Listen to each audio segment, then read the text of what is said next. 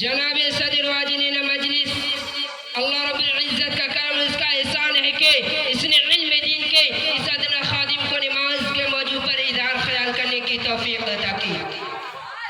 लिहाजा सबसे पहले उस जाति गिरामी का शुक्रिया अदा करता हूँ। इसके बाद आप हजरात की ज़रा नवाजी और इज्जत अफजाई का शुक्रगुजार है कि आपने इस जलसा का एहतमाम करके मुझे दीन की बातें सुनने और सुनाने का मौका फराहम किया। हजरात, मैंने अभी खुतबा के दौरान एक आयत करीमा की तिलावत की है और एक हदीस भी पढ़ी है। आयत करीमा का तर्जुमा ये है, तुम सब नमाज की पाबंदी करो और ज़कात की अदायगी करो और अल्लाह ताला को अमदा कर दे दो। हदीस का तर्जुमा और मफ़हूम यह है कि तुम में से कोई अगर नमाज पढ़ता है तो अपने रब से सरगोशी करता है। सामिईन इकराम, खुदावंद कुद्दूस ने इस उम्मत के हर आक़िल व बालिग़ मुसलमान मर्द औरत पर नमाज को फर्ज किया है और इस जाति गिरामी ने अपनी मुक़द्दस किताब कुरान मजीद में नमाज की अदायगी और इसकी मुहाफ़िज़त व अमदावत की बड़ी ताकीद फरमाई है। इसी तरह सरवरे कायनात मोहम्मद अरबी सल्लल्लाहु अलैहि वसल्लम ने नमाज के एहतमाम और इसकी पाबंदी करने का हुक्म दिया है। किताब व सुन्नत में नमाज और उसके मुतअल्लिक़ात की अदायगी का उम्मती मुसलमान के मुकल्लफ अफराद को सिर्फ हुक्म ही नहीं दिया गया है, बल्कि इसकी अदायगी और पाबंदी की सख्त ताकीद की गई है। नमाज की अदायगी और उसकी मुहाफ़िज़त व पाबंदी करने वालों की तारीफ़ व तौसीफ़ बयान की गई है और इससे बेइतनाई बरतने वालों की मज़म्मत की गई है। नमाज का मर्तबा खुदा के नज़दीक बहुत ज़्यादा है। नमाज इंसानों को बेहयाई और फाहिशकारी से रोकती है। बंदा जब नमाज पढ़ता है तो वह एक तरह से हक़ तआला शाना से राज़ व नियाज़ की बातें करता है, इसकी बड़ाई किबरिया और इसकी आज़मत और बुज़ुर्गी का एहतराम करता है, इसकी पाकी और तस्बीह बयान करता है, इसकी आज़मत और बरतरी के गुण गाता है।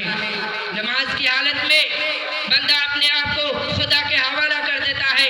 इस हालत में वो तमाम दुनियावी हंगामों और कामों से एकसु होकर खुदाई वहदहू शरीक की तरफ मुतवज्जह होते हैं और अपनी हर हालत से अपनी आजिज़ी बेबसी और एतराफ़ करता है और खुदा की बड़ाई और बुज़ुर्गी का पूरे तौर पर इक़रार करता है। इसका दिल, दिमाग और तमाम अज़ाए खुदा की तरफ मुतवज्जह होते हैं। कभी वो बंदा हालत क़ियाम में होता है, कभी हालत रुकू में, कभी हालत सुजूद में होता है तो कभी हालत क़ुऊद में। गर्द नमाज की इब्तिदा से इंतहा तक जितने भी मराहिल आते हैं, बंदा उन सब मराहिल में अपने तमाम अज़ाए व जवारे के साथ खुदा की तरफ मुतवज्जह रहता है। इस बंदा के हर आजू से आजिज़ी व इंकिसारी का इज़हार होता है। हज़रात, क़बूल इस्लाम के बाद जो चीज़ें फ़र्ज के दर्जा में आयद होती है उनमें सबसे पहली चीज़ नमाज है। यही वजह है कि क़यामत के दिन जहाँ इंसान किस मबरसी के हालत से दो चार होगा, वहाँ सबसे पहले नमाज के मुतालिक पूछा जाएगा। इसी को किसी आरिफ ने कहा है, रोज़ महशर की जहाँ उदास बुअत, रोज़ महशर की जहाँ उदास बुअत, अवले पुरशिद नमाज बुअत। नमाज की अहमियत के पेश नज़र अल्लाह के रसूल सल्लल्लाहु अलैहि वसल्लम ने इरशाद फरमाया कि नमाज मोमिन की मेराज है, नमाज जन्नत की कुंजी है। सरकार दो जहां सल्लल्लाहु अलैहि वसल्लम का भी इरशाद है कि नमाज मेरी आंखों की ठंडक है, नमाज दीन का सुतून है। जिसने नमाज की हिफाजत की उसने दीन की हिफाजत की और जिसने नमाज को तर्क किया उसने दीन के सुतून को ढा दिया। हज़रात, नमाज एक ऐसी इबादत है कि मुसलमान बंदा इसे जहाँ कहीं भी अदा कर ले इसकी अदायगी हो जाएगी। ख़वाह वो बंदा दुकान में होया, मकान में, खेत में होया, खलियान में, चरागाह में होया, जंगल में, आबादी में होया, वीराना में। खुदावंद कुद्दूस का एहसान और करम है कि इसने इस उम्मत को इस इस्लाम में आज़ादी अता की। मगर इन सब के बावजूद ये बात अच्छी तरह याद रखनी चाहिए कि मस्जिद में हाजिर होकर जमात से नमाज पढ़ने का सवाब कुछ और ही है। अगली उम्मतों का याद था कि वो अपनी इबादत गाहों के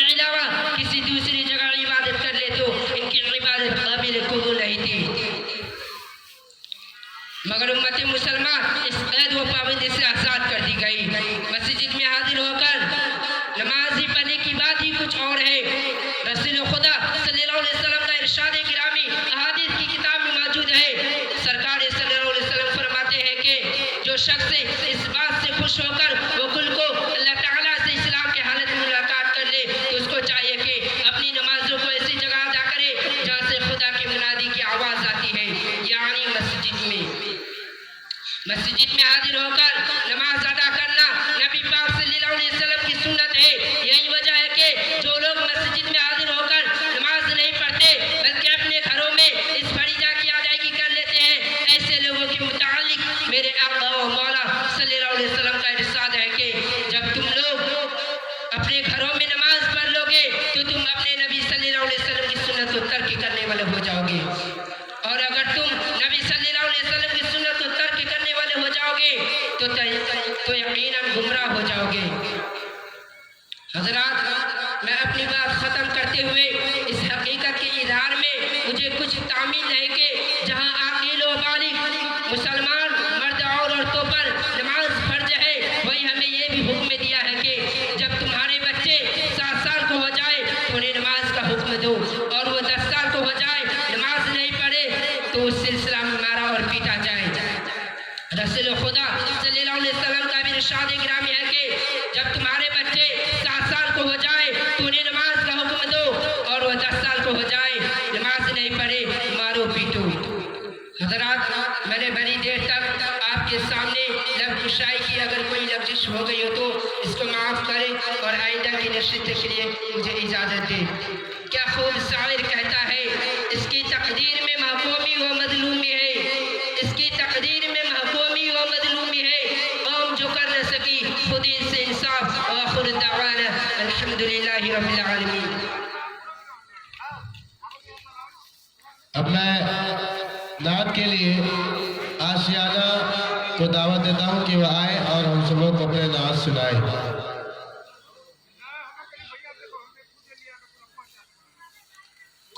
मौलाना रुस्तम साहब जहाँ पर भी है वह स्टेज में आ जाए, और तमाम जिम्मेदारान जलसा से गुजारिश है कि वो स्टेज में आ जाए।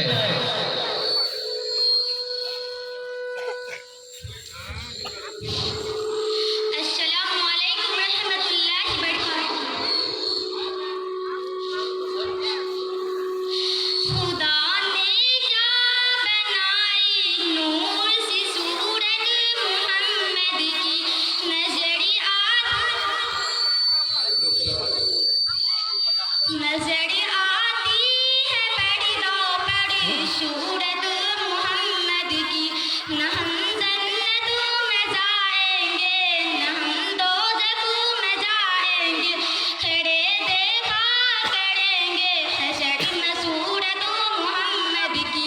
हमें जन्नतों में जाने से अगर रिजवान रोकेगी, निदा आएगी जाने दो खुदा ने खुदी अपनी माया, यहाँ जन्नत है मोहम्मद की, कभी दोज़खों में जा सकती नहीं उम्मत मोहम्मद की। खुदा ने क्या बनाई नूर सी सूरत मोहम्मद की, नजर आती है बड़ी दो बड़ी सूरत मोहम्मद की। माशाअल्लाह, बहुत खूब। अब मैं नात के लिए ही समा बिन्त अब्दुल वारिस को दावत देता हूँ कि वह आए और हम सबों को नात सुनाए। समा।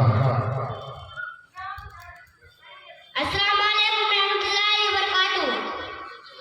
ए खून मेरा क्यों तुमने किया ना मुझको खबर ना तुमको पता, सिकवा लबों पर लाया था, सिकवा लबों पर लाऊंगा। तुम बेस हो तुम बेदिल हो,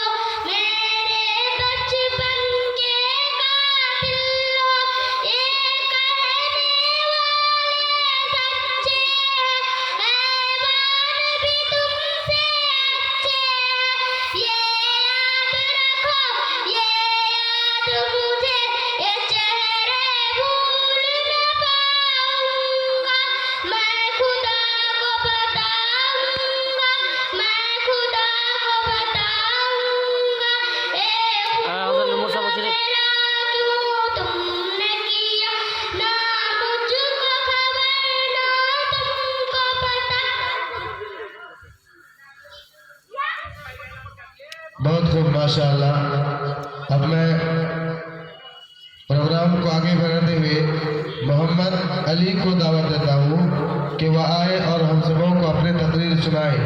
अली इब्ने नैयर। अस्सलामु अलैकुम रहमतुल्लाहि व बरकातुहू।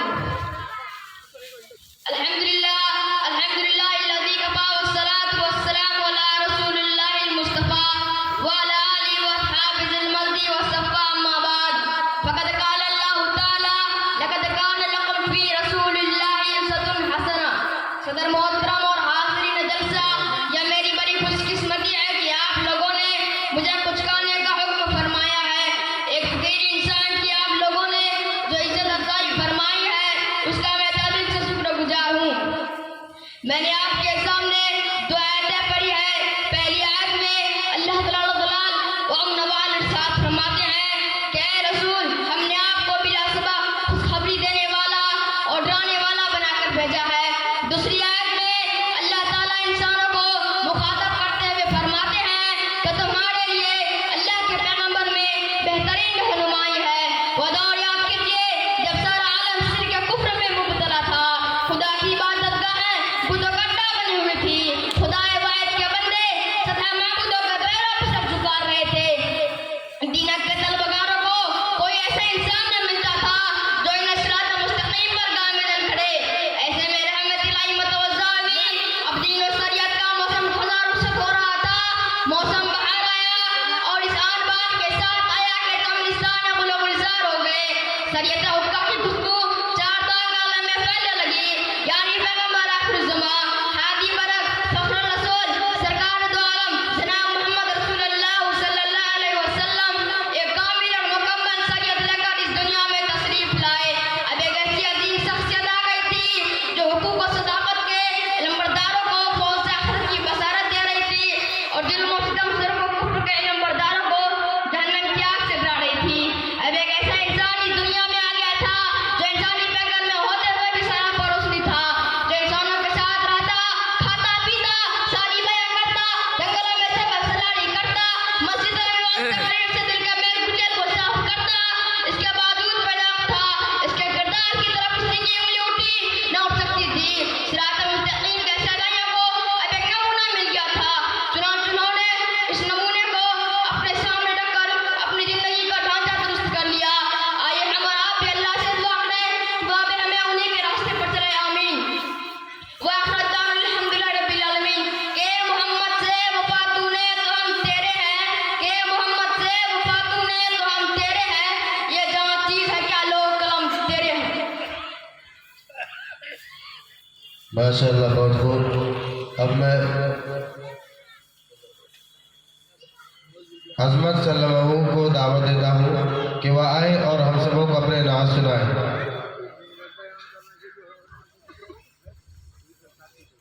अस्सलामु अलैकुम